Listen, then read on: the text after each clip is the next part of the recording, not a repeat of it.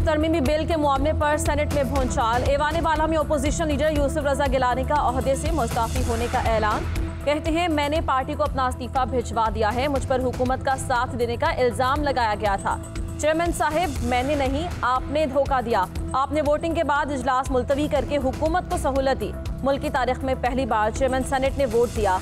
आपको तो इसमें गैर जानिबदार होना चाहिए था। आपने कोई अच्छा काम नहीं किया।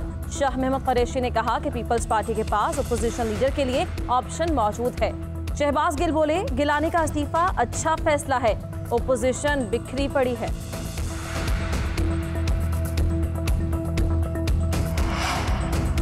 मैं किसी की साइड नहीं ले रहा, न्यूट्रल रहा हूं। नंबर्स खुद पूरे नहीं कर सकते और इल्ज़ाम चेयरमैन पर लगाया जाता है। आप खुद मामला ख़राब कर रहे हैं। चेयरमैन सेनेट सादिक संजरानी का अरकान के बयानात पर बरहमी का इजहार। बोले, अपनी गलतियों पर पर्दा न डालें, ज़्यादा न्यूट्रल होना भी ठीक नहीं। कायदे ऐवान शहजाद वसीम ने कहा, हमारे साथ भी ऐसा होता है, कभी मेंबर्स पूरे कभी कम हो जाते हैं। जिस रोज़ बिल पास हुआ उसी रोज़ बिल पेश करने के लिए डेस्क बजाए गए थे। तय कर लें ऐवान रूल्स के मुताबिक चलाना है या ख्वाहिश के मुताबिक। ऑपोजिशन मामला खराब करने से बाज रहे।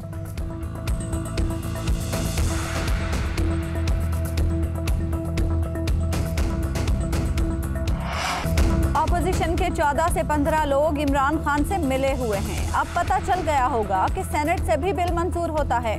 आईएमएफ के पास शौक से नहीं मजबूरी से गए। धरने और लॉन्ग मार्च से कुछ नहीं होने वाला।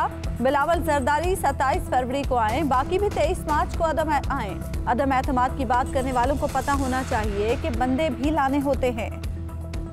वजीर दाखिला शेख रशीद कहते हैं, इमरान खान ने काबीना इजलास में सदारती निज़ाम की बात नहीं की। तहरीक इंसाफ बल्दियाती इलेक्शन में भरपूर हिस्सा लेगी। वजीर दाखिला का मुल्क में दहशतगर्दी में इजाफे का एतराफ़। 23 मार्च को हर सूरत इस्लामाबाद में होंगे। मौलाना फजल रहमान का 2 टोक ऐलान। कहते हैं, इमरान खान बताएं वो बाहर आकर किसके लिए खतरनाक होंगे। इनका रोब खत्म हो चुका, ये आवाम के सामने अब आकर तो दिखाएं। इस सिलेक्टेड टोले ने आवाम को भूख और महंगाई की तरफ धकेल दिया। हुकूमती नाअहली के बायस आवाम का जीना दूभर हो चुका है।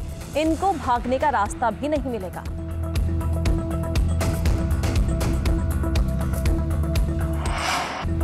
सुप्रीम कोर्ट ने रावी अर्बन डेवलपमेंट मंसूबा कलअदम करार देने का फैसला मुअत्तल कर दिया। अदालत ने पंजाब हुकूमत को रावी अर्बन मंसूबे पर काम जारी रखने की इजाज़त दे दी। सुप्रीम कोर्ट ने करार दिया, जिन ज़मीनों की अदायगी हो चुकी उन पर काम जारी रखा जा सकता है। जिन ज़मीनों के मालिकान को अदायगी नहीं हुई वहाँ काम नहीं हो सकता। अदालत ने हुकूमती अपीलों पर फरीक़ैन को नोटिस जारी कर दिए। सुप्रीम कोर्ट ने अपने फैसले में कहा, जायज़ा लेंगे कि फैसले के खिलाफ इंट्रा कोर्ट अपील बनती है या नहीं। अगर इंट्रा कोर्ट अपील बनती हुई तो केस लाहौर हाई कोर्ट भिजवा देंगे।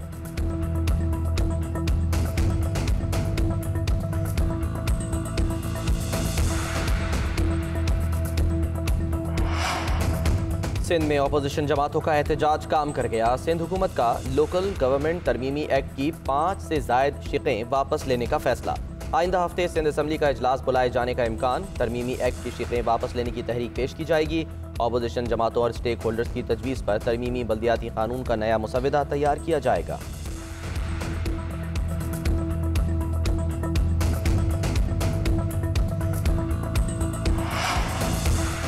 फवाद चौधरी की पार्लियामेंट को जजेस की तैनाती के लिए आईनी तरमीम पर गौर करने की तजवीज़। कहा, इस साल सुप्रीम कोर्ट में 5 जज साहिबान रिटायर हो रहे हैं। पार्लियामान को नए जजेस की तैनाती के लिए आईनी तरमीम पर फौरी गौर करना चाहिए। अगर पार्लियामान सुप्रीम कोर्ट में तैनातियों को आज़ादाना और शफाफ बनाती है तो ये बहुत बड़ा काम होगा। सियासी जमातें अपने इख्तलाफात को पसे पुश डालकर इस अहम तरमीम के लिए सर जोड़ें। फवाद चौधरी का चीफ जस्टिस गुलजार अहमद को खराज तहसीन।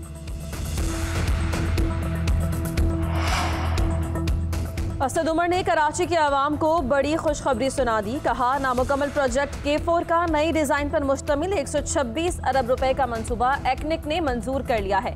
2023 तक 26 करोड़ गैलन पानी कराची पहुंचा दिया जाएगा। ट्रांसफॉर्मेशन प्लान का विफाक का एक और वादा पूरा हो गया है। एक्निक इजलास में पंजाब की 130 अरब रुपए से बनने वाली 4 सड़कों की मंजूरी दी गई है। जनूबी पंजाब के देही इलाकों के लिए पानी और सफाई के 96 अरब के मंसूबे मंजूर किए गए हैं।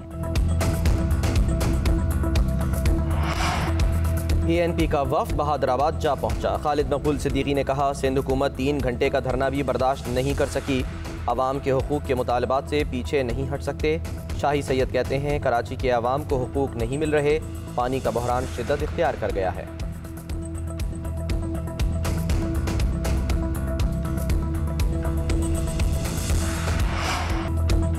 पाकिस्तान में कोरोना से मजीद 21 अफराद जान की बाजी हार गए। 7048 अफराद में कोरोना की तस्दीक। मुल्क में मुस्बत केसेस की शरह 11.53% रही। पेशावर में कोरोना के मुस्बत केसेस की शरह 40% के करीब। मर्दान में शरह 31% रही। कराची में शरह 21%, मुजफ्फराबाद में 27%, लाहौर और इस्लामाबाद में शरह 14% रिकॉर्ड की गई। वायरस का शिकार 1423 अफराद की हालत तशवीशनाक करार। साबिक सदर परवेज मुशर्रफ के असासों की तहकीकात न करने पर तौहीन अदालत की दरख्वास्त। इस्लामाबाद हाई कोर्ट ने chairman NAB justice retired Javed Iqbal को तौहीन अदालत का नोटिस जारी कर दिया। अदालत ने 14 फरवरी तक चेयरमैन नैब से जवाब मांग लिया है। नेक मकसद का पैसा सियासत के लिए इस्तेमाल होता रहा, ये बहुत संगीन मामला है। आज़ादाना तहकीकात होनी चाहिए। PTI फॉरेन फंडिंग केस के दरख्वास्त गुजार अकबर एस बाबर की मीडिया से गुफ्तगू। कहा 7 साल बाद केस में अहम पेशरफ्त हुई, लेकिन अब भी 6 फॉरेन अकाउंट्स की तफसील आना बाकी है। आज दस्तावेजात की कॉपियां वसूल करेंगे, कल इलेक्शन कमीशन केस की समाअत करेगा।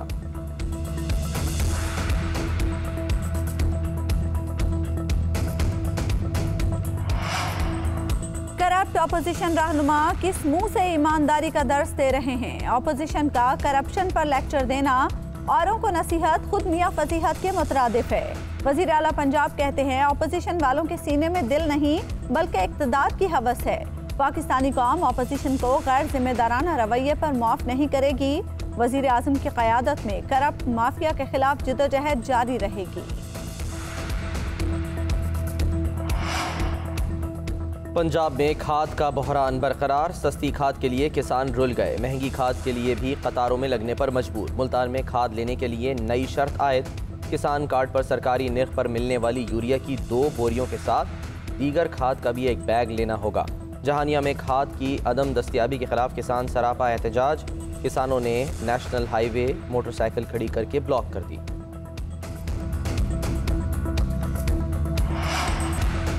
दो 2019 में मिस अमेरिका मुंतखब होने वाली चेस्ली क्रिस्ट ने मुबैना तौर पर खुदकुशी कर ली। 30 साला ब्यूटी क्वीन 60 मंजिला इमारत से गिरकर मौके पर ही दम तोड़ गई। पुलिस हुकाम के मुताबिक चेस्ली इमारत की 9वीं मंजिल पर रिहाइश पजीर थी और मौत बज़ाहिर खुदकुशी लगती है।